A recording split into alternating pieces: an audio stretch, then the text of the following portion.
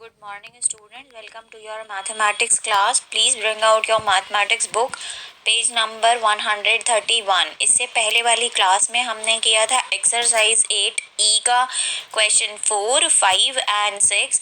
I gave you two part from each question for your homework. So I hope you all did that successfully. किसी को भी कोई problem नहीं आई होगी. बहुत इजी क्वेश्चंस थे. आज की क्लास स्टार्ट करते हैं. Please bring out your pencil. जो भी लाइंस में अंडरलाइन कर रही हूँ आपने भी सेम अपनी बुक में अंडरलाइन करने हैं. The perimeter of a simple closed curve made up of line segments the sum of the lengths of all the segments. So in today's class we are going to read about perimeters. I shared about 4 videos in last class in which I explained you what the concept of perimeter. What is a perimeter? Perimeter means perimeter is a simple closed curve. एक simple close curve होता है made up of line segment. जो line segments से बना होता है is the sum of the lengths of all the segments. Perimeter का मतलब है कोई भी क्लोज्ड फिगर जो लाइन सेगमेंट्स से बनी हो उसकी टोटल बाउंड्री को जब हम मेजर करते हैं तो हमारा पेरीमीटर बनता है. ठीक है. फॉर एग्जाम्पल जैसे यहाँ पे आपके पास एक पॉलीगन गिवन है. इसके साइड्स हैं 64 centimetre, 70 metre, it's 64 metre, 70 metre, 92 metre and 82 metre. If I asked you, अगर मैं आपसे पूछूं to find out the perimeter of this given polygon कि आप इस गिवन प्लेग्राउंड का पेरीमीटर बताइए. So what will you do? You will add the line length of given line segments. आप इसके लाइन सेगमेंट्स की लेंथ को ऐड कर दोगे. बस जो भी इनका सम आएगा वो पेरीमीटर ऑफ द प्लेग्राउंड होगा.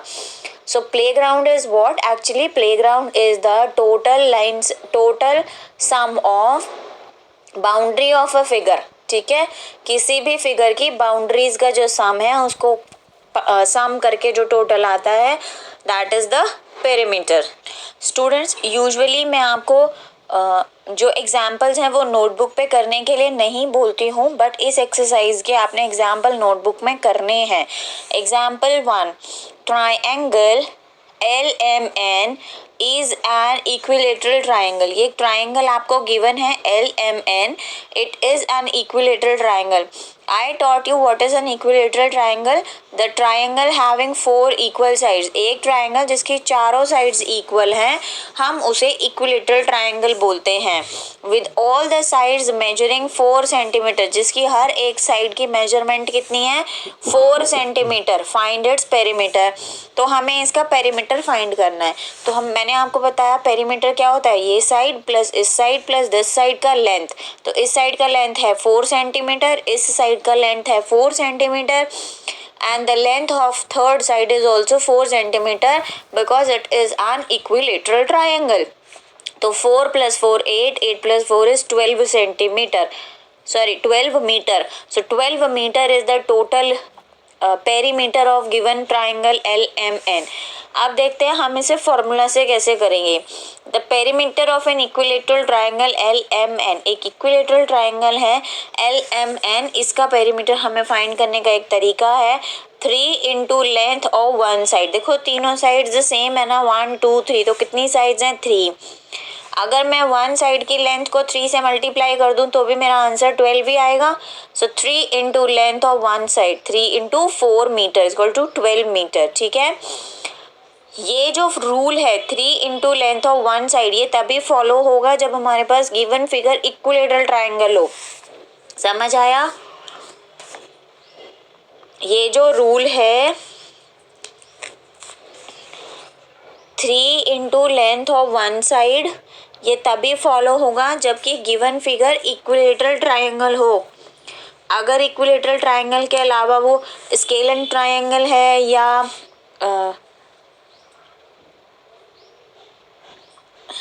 एक और होता है कौन सा, या फिर वो आइसोसेलेस ट्राइंगल है तो आपका ये रूल फॉलो नहीं होगा। 3 multiplied by 4 metre is equal to 12 metre. Next example 2, find the perimeter of a square with side 6 centimetre. एक आपके पास स्क्वायर गिवन है जिसका साइड है 6 सेंटीमीटर, 6 सेंटीमीटर, 6 सेंटीमीटर, 6 सेंटीमीटर, ठीक है।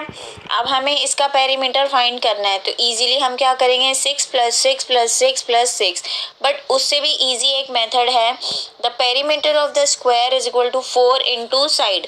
ये रूल तभी फॉलो होगा जब चारों साइड्स इक्वल हों, और चारों साइड्स इक्वल कब होंगी, सिर्फ स्क्वायर में चारों साइड्स इक्वल होंगी। तो इसका मतलब ये हुआ कि ये जो रूल है 4 इंटू साइड, ये सिर्फ स्क्वायर का पेरीमीटर फाइंड करने के लिए यूज होगा। 4 इंटू साइड कितनी है, 6 centimetre, 4 into 6 is equal to 24 centimetre. ये हमारा आ गया पेरीमीटर ऑफ गिवन स्क्वायर, ठीक है। Next example 3, the sides of the rectangle are 5 centimetre and 3 centimetre. देखो ये हमारे पास एक रेक्टेंगल गिवन है, रेक्टेंगल की लेंथ ज़्यादा होती है, ब्रेथ कम होती है, तो इसकी लेंथ है 5 सेंटीमीटर और ब्रेथ है 3 सेंटीमीटर, या हम कहें लेंथ है 3 सेंटीमीटर और ब्रेथ है 5 सेंटीमीटर, ठीक है। So given L is equal to 5 centimetre. इसको हम लेंथ काउंट करेंगे और इसको हम ब्रेथ काउंट करेंगे, क्योंकि लेंथ हमेशा ब्रेथ से ज़्यादा होती है। ये हमारी लेंथ है, ये हमारी ब्रेथ है, क्योंकि लेंथ हमेशा ब्रेथ से ज़्यादा होती है। सो इसको कैलकुलेट करने का क्या तरीका है, इसको कैलकुलेट करने का रूल है 2 into L plus B. 2 into L plus B क्यों आया, देखो 2 बारी सेम लेंथ है और 2 बारी सेम ब्रेथ है, तो मैंने लेंथ और ब्रेथ को, हमारा रूल क्या बोलता है, हमें बेसिकली चारों को ऐड करना होता है ना। तो 2 बारी ये आ रहा है, 2 बारी ये आ रहा है, मैंने 2 कॉमन ले लिया, एल प्लस बी, एक बारी इसको प्लस किया, एक बार इसको प्लस किया। 2 into 5 plus 3, 2 into 8 is equal to 16 centimetre. ये हमारा पेरीमीटर आ गया गिवन रेक्टेंगल का, ठीक है। Next example 4, the perimeter of rectangle is 52।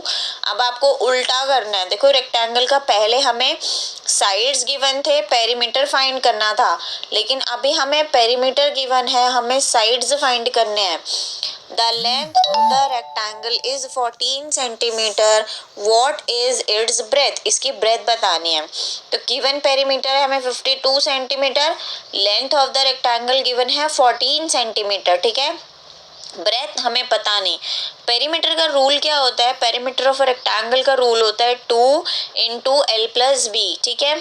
Perimeter हमें कितना गिवन है 52, हमने पेरीमीटर की जगह लिखा 52, 2 एज इट इज आएगा। लेंथ कितना गिवन है 14 सेंटीमीटर, लेंथ की जगह हमने लिख दिया 14 centimetre, plus as it is B means breadth, breadth हमें फाइंड करनी है, तो बी को हम ऐसे ही लिखेंगे, क्योंकि उसकी जगह हमारे पास कोई वैल्यू नहीं है, वो वैल्यू हमें फाइंड करनी है। Now as you all know कि जब हम इक्वल के डिजिट्स को या नंबर्स को इक्वल से इस साइड से लेफ्ट साइड से राइट साइड या राइट साइड से लेफ्ट साइड लेकर जाते हैं, तो उसका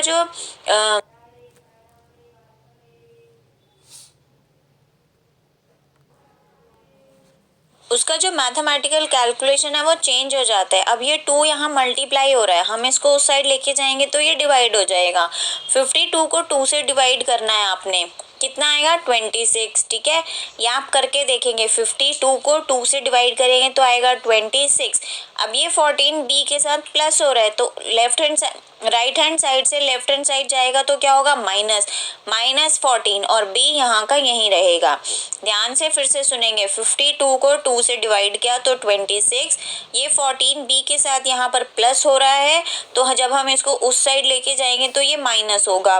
26 minus 14 is equal to B. जब 26 में से 14 माइनस करेंगे तो मेरे पास आएगा 12, and that is the value of B. B means breadth, यानी जो एक रेक्टेंगल की हमसे बात कही गई थी जिसका पेरीमीटर 52 सेंटीमीटर था, उसकी लेंथ अगर 14 सेंटीमीटर होगी तो ब्रेथ 12 सेंटीमीटर होगी, ठीक है।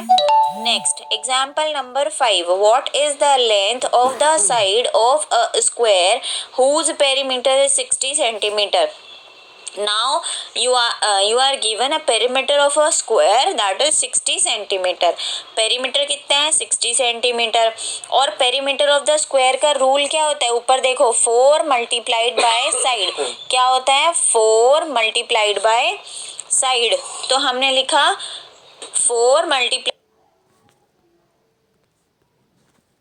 4 multiplied by length of one side is equal to 60. क्योंकि पेरीमीटर कितना है हमारे पास 60, तो लेंथ ऑफ वन साइड आ जाएगी. देखो ये 4 यहाँ पर मल्टीप्लाई हो रहा है तो ये इक्वल के उस साइड जाके डिवाइड होगा.